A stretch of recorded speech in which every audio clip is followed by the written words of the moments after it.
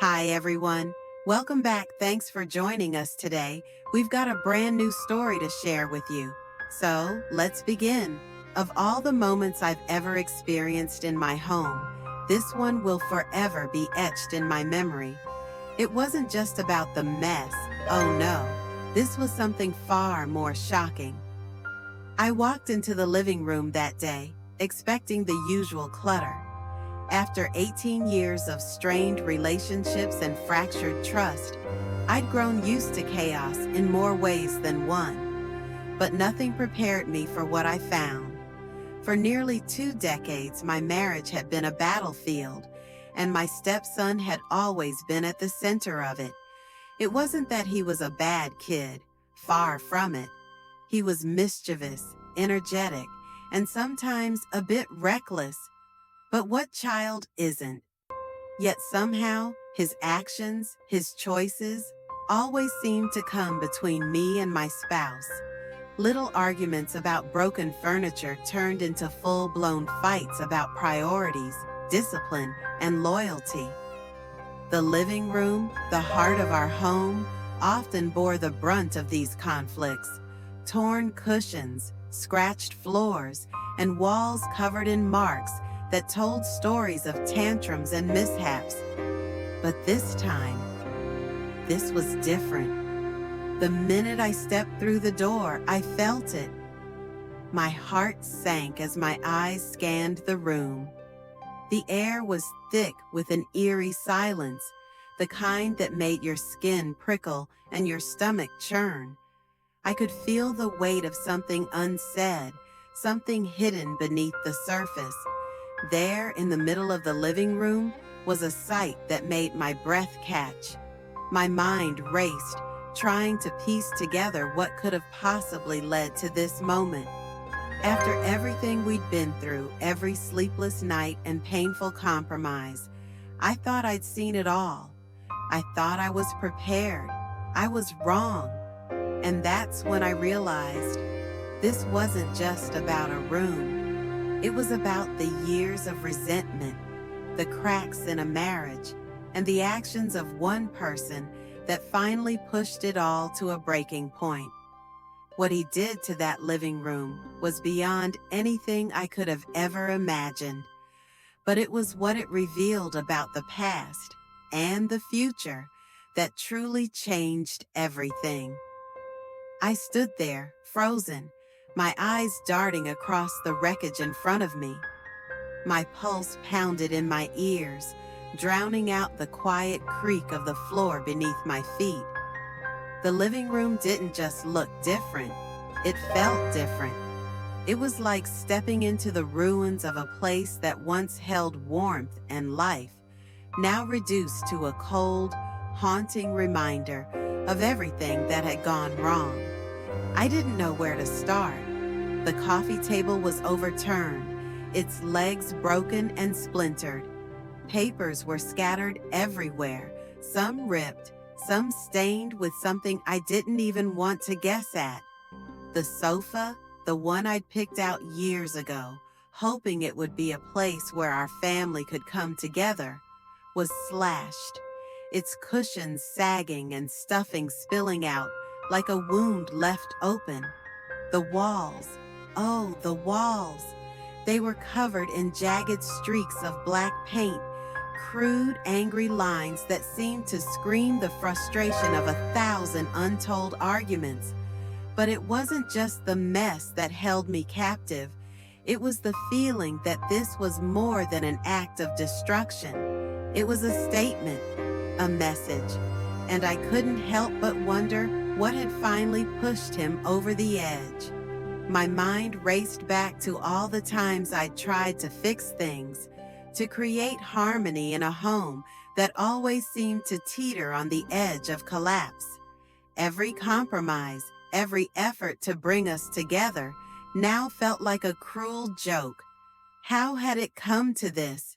Where had I gone so wrong? And then, in the corner of the room, something caught my eye. A pile of photographs. I stepped closer, my breath catching as I bent down to pick them up. They were crumpled and torn, the faces in them barely recognizable. Memories of vacations, birthdays, and holidays, all shredded as if they meant nothing. I clenched the pictures in my hand, my knuckles whitening with the force of my grip. There was a time when I believed love was enough to hold a family together. But standing there, surrounded by the ruins of years of effort and heartache, I realized love without trust, without understanding, could only carry so far. But still, I didn't know why. Why now? Why this? And most of all, why would my stepson, after everything, choose to destroy what little remained of the life we had built? I sank into the one chair that hadn't been flipped over, my hands trembling as I clutched the torn photographs. My mind kept circling back to the same questions. Why did this happen? Why now? I thought about the last few months.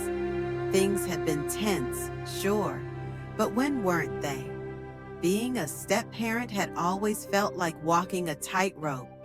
Every word, every decision, every boundary carefully balanced, knowing one wrong step could lead to disaster. There were signs, of course. There always are looking back. The way my stepson had been withdrawing more and more lately.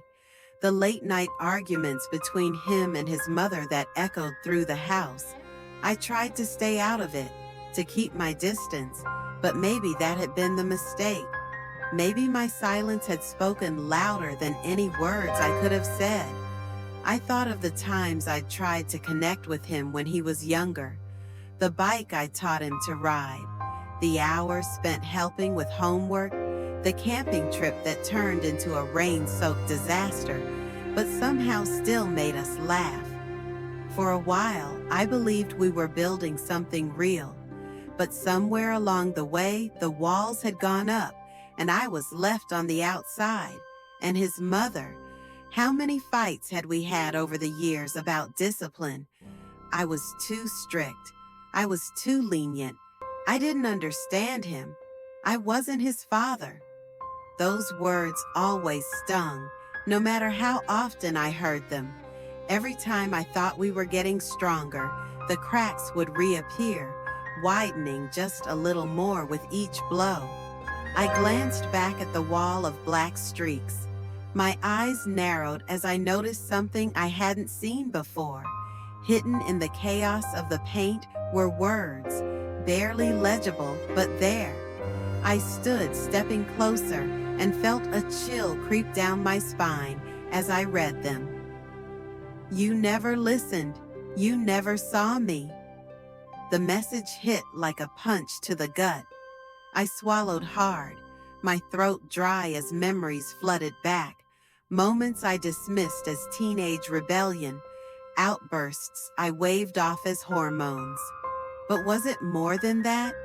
Had he been crying out for help all along while I stood by, too wrapped up in my own battles to see it?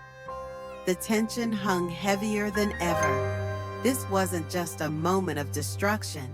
It was a reckoning, and I wasn't sure if it was already too late to put the pieces back together. I stood there, staring at the words, trying to make sense of them. You never listened. You never saw me. The weight of those words pressed against my chest like a physical force, and I couldn't breathe. Was this really what it had come to? After all these years, was this what he was trying to tell me? I thought I'd tried everything, being patient, being understanding, offering my help. But maybe all of it had been wrong. Maybe the way I approached him had always been the problem. I ran a hand through my hair, pacing the room. The silence around me was deafening. My mind kept replaying the moments, the conversations, the glances that had been exchanged when I tried to reach out. Had I missed something so obvious, something I should have seen all along? I remembered the night we had argued just a week ago. I had told him he needed to stop staying out so late, to focus on his future, to stop letting his temper get the better of him. He'd stormed out, shouting something about how it wasn't my place to tell him what to do. I told myself it was just another teenage tantrum, another moment to be ignored. But now it felt like more, much more. I needed to talk to him, now. But where was he? The house was eerily quiet, and for a moment, I couldn't tell if it was the calm before the storm or if I was too afraid to face whatever was coming. I walked through the house, calling out for him, but there was no response. The room felt colder now, like I was stepping deeper into a shadow. I checked the kitchen, the bathroom, and then, finally, his room. Empty. It made my stomach turn. Where could he have gone? Was he out there, waiting for me to chase after him? Or had he already made his decision to disappear from this place, from all of us?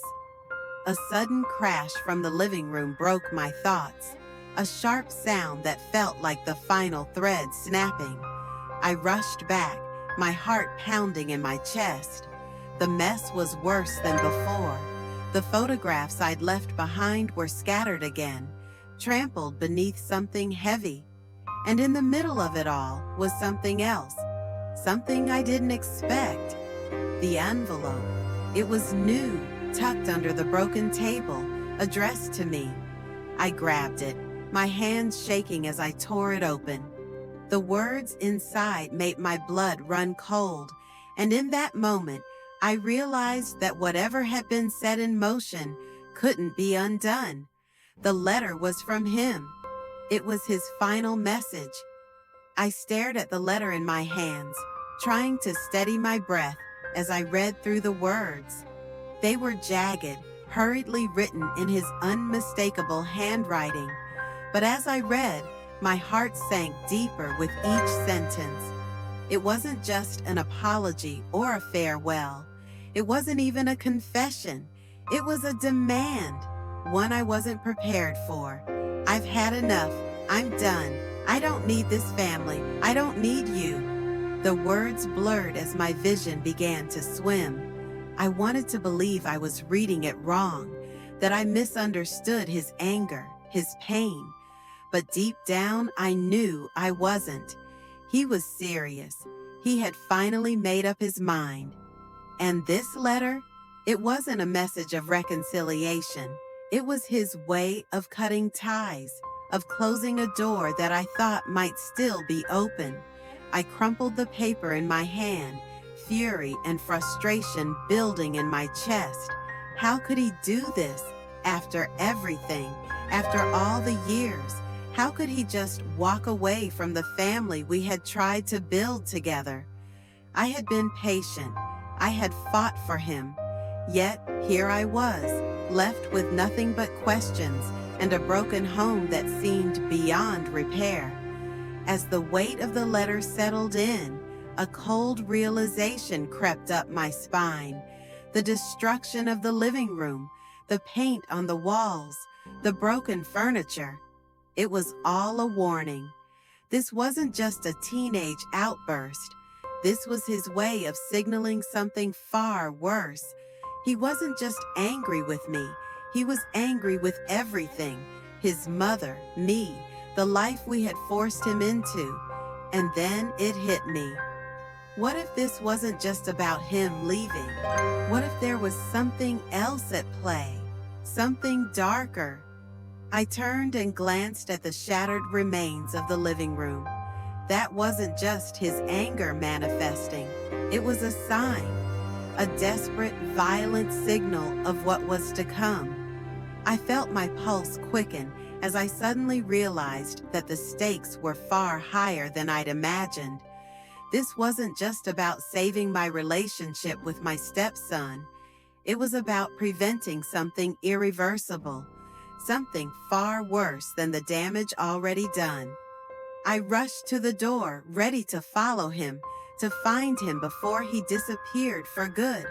But just as I reached the handle, I froze.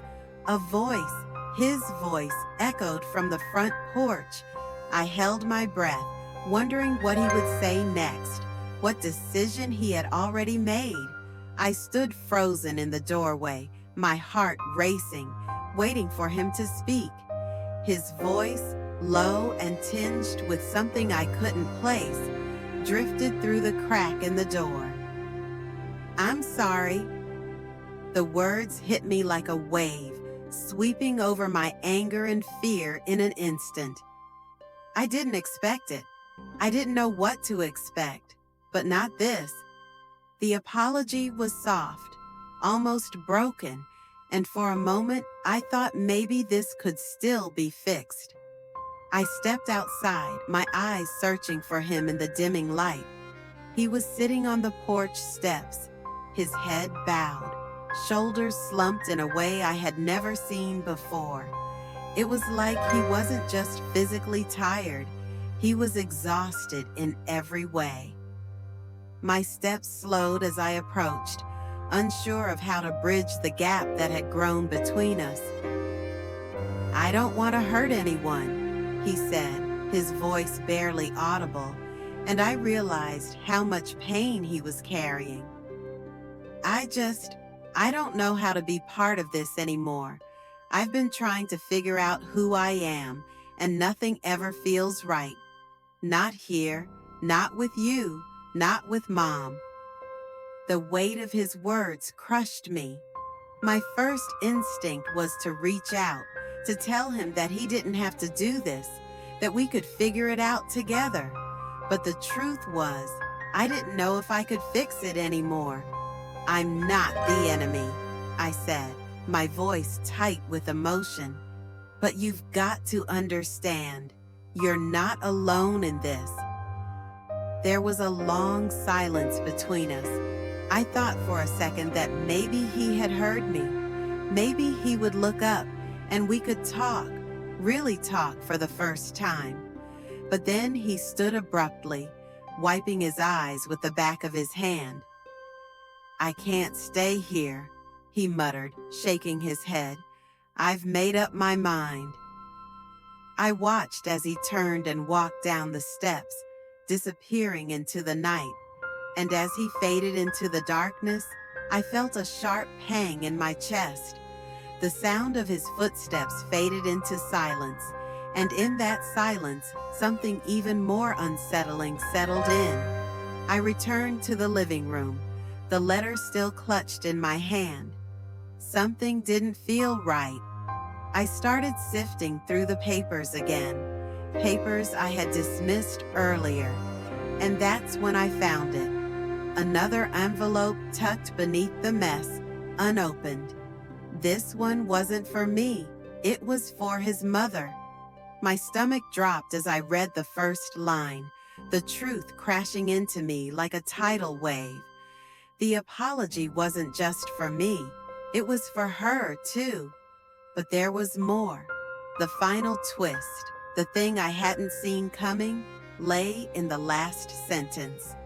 "I'm leaving, and I'm taking something with me.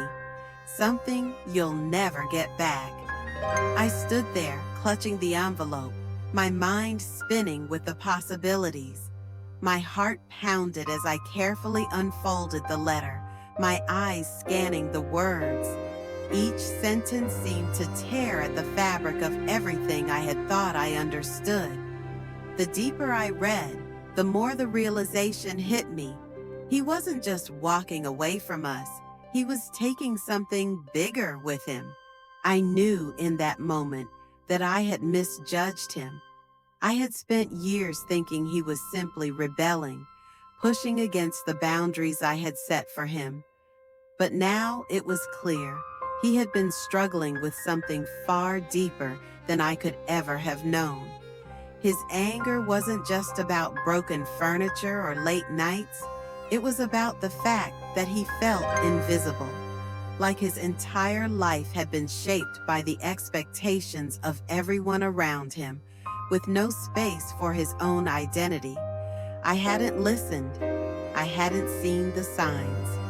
I heard the soft creak of the front door, and I turned to see my wife standing in the doorway, her face pale and filled with worry. She had heard the commotion earlier, and I could see the strain in her eyes. She had been holding her breath, hoping that we could salvage something from this wreckage. "What's going on?" she asked quietly, her voice tight. I handed her the letter without a word. She read it, her hands trembling as she came to the same horrifying conclusion I had. "I never thought he'd go this far," she whispered, her voice breaking. "But why? Why didn't he tell me sooner?" I could see the guilt in her eyes, the same guilt I had felt for all these years. We both thought we could fix everything, that love alone would heal the wounds. But sometimes love isn't enough. Sometimes it takes more than patience, more than effort. It takes truly listening, truly understanding. And by the time we realized that, it felt like it was too late. We sat together in silence, the weight of the situation hanging heavy over us. Our son, our family, was slipping away, and no amount of regret would change that. But in that silence, something else emerged: clarity. We didn't have all the answers, but we knew we had to try to rebuild the trust that had been shattered. It wasn't going to be easy. Healing would take time. We both understood that now. But as I looked at my wife, sitting there beside me, I realized that we couldn't just give up. Not now. Not when there was still a chance, however small, that we could make things right. The next few weeks were a blur. We reached out to him, trying to understand what had driven him to leave, trying to offer him the space he needed to figure things out. It wasn't easy, and there were moments of tension and frustration. But slowly, piece by piece, the walls started to come down. In the end, we didn't get everything we wanted. Our son didn't return home right away, but there was progress. He began to open up, to let us in on his thoughts, his fears. And as time passed, we started to understand each other in ways we never had before. What had started as a series of broken pieces, a shattered home, a wrecked living room, a fractured family, slowly began to rebuild. It wasn't perfect and it wasn't quick, but it was real. And sometimes that's all you can ask for. As for the living room, well, it took a long time to fix it, but every crack in that room, every piece of broken furniture, became a reminder of what we had been through and what we had finally begun to overcome.